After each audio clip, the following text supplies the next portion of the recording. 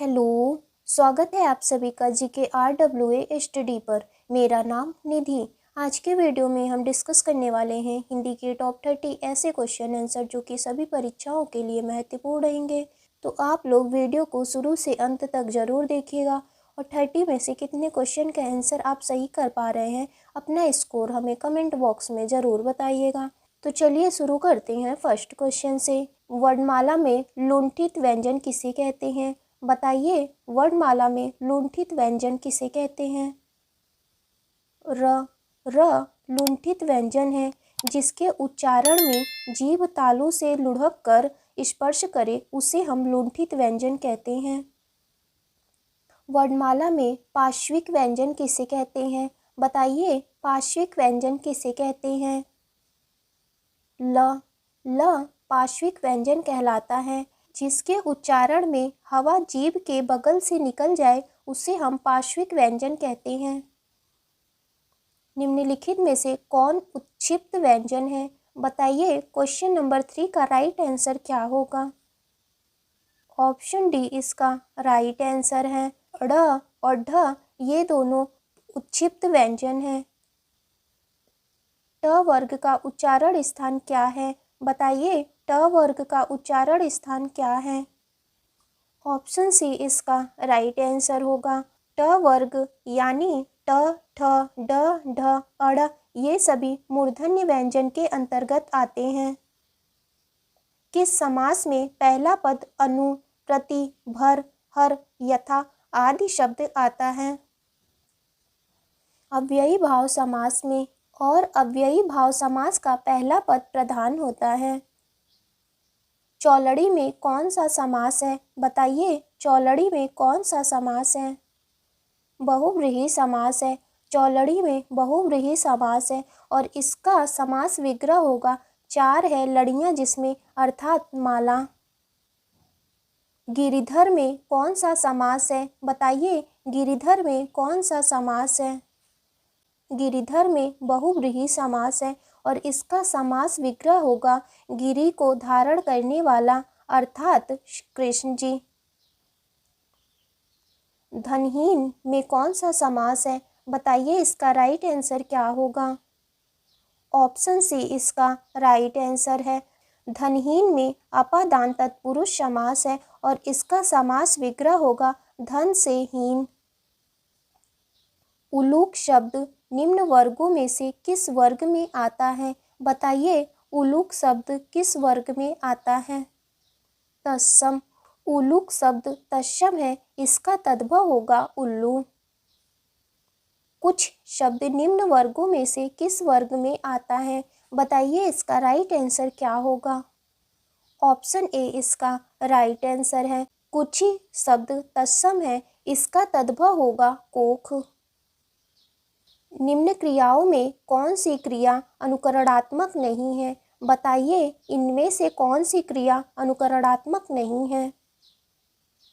झुठलाना। झुठलाना अनुकरणात्मक नहीं है। पशुओं की बोलियां, कुत्ते की आवाज़, बकरी की आवाज़ ये सभी अनुकरणात्मक क्रिया हैं। मैंने दूध पिया कौन सा वाक्य है? बताइए, मैंने दूध पिया यह कौन सा वाक्य है? विधानवाचक। मैंने दूध पिया यह विधानवाचक है। बाजार जाकर फल ले आओ कौन सा वाक्य है? बताइए, इसका राइट आंसर क्या होगा? आज्ञावाचक। बाजार जाकर फल लाओ यह आज्ञावाचक है। तो ध्यान दीजिएगा, ऑप्शन सी इसका राइट आंसर होगा। यदि परिश्रम करोगे तो अवश्य सफल होगे कौन सा वाक्य है? ऑप्शन डी इसका राइट आंसर है। यदि परिश्रम करोगे तो अवश्य सफल होगे यह संकेतवाचक है। जिन वाक्यों में केवल एक ही उद्देश्य और एक ही विधेय होता है उसे क्या कहते हैं? सरल वाक्य। जो वाक्य 2 या 2 से अधिक सरल वाक्य से जुड़े हो उन्हें क्या कहते हैं? ऑप्शन बी इसका राइट आंसर है।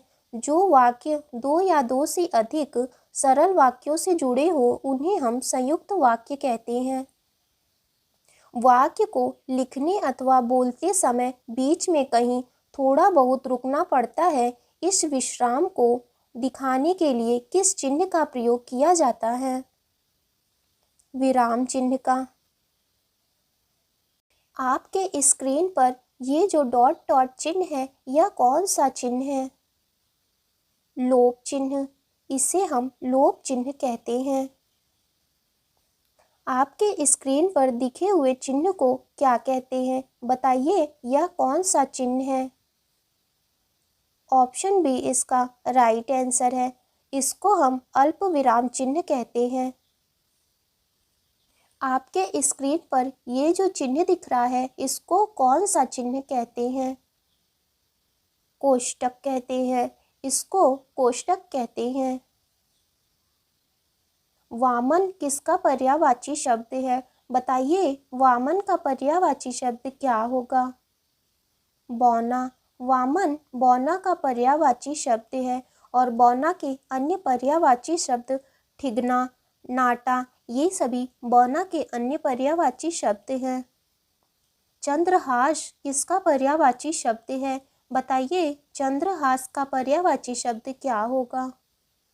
तलवार। चंद्रहास तलवार का पर्यायवाची शब्द है और तलवार के अन्य पर्यायवाची शब्द कृपाण, खड्ग, अशी, ये सभी तलवार के अन्य पर्यायवाची शब्द हैं। तरड़ी किसका पर्यायवाची शब्द है? बताइए, तरड़ी किसका पर्यायवाची शब्द है? नदी का।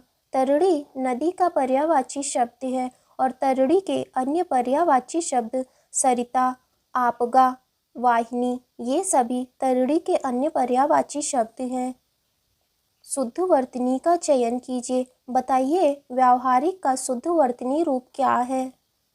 ऑप्शन बी इसका राइट आंसर होगा। ऑप्शन बी व्यावहारिक का शुद्ध वर्तनी रूप है।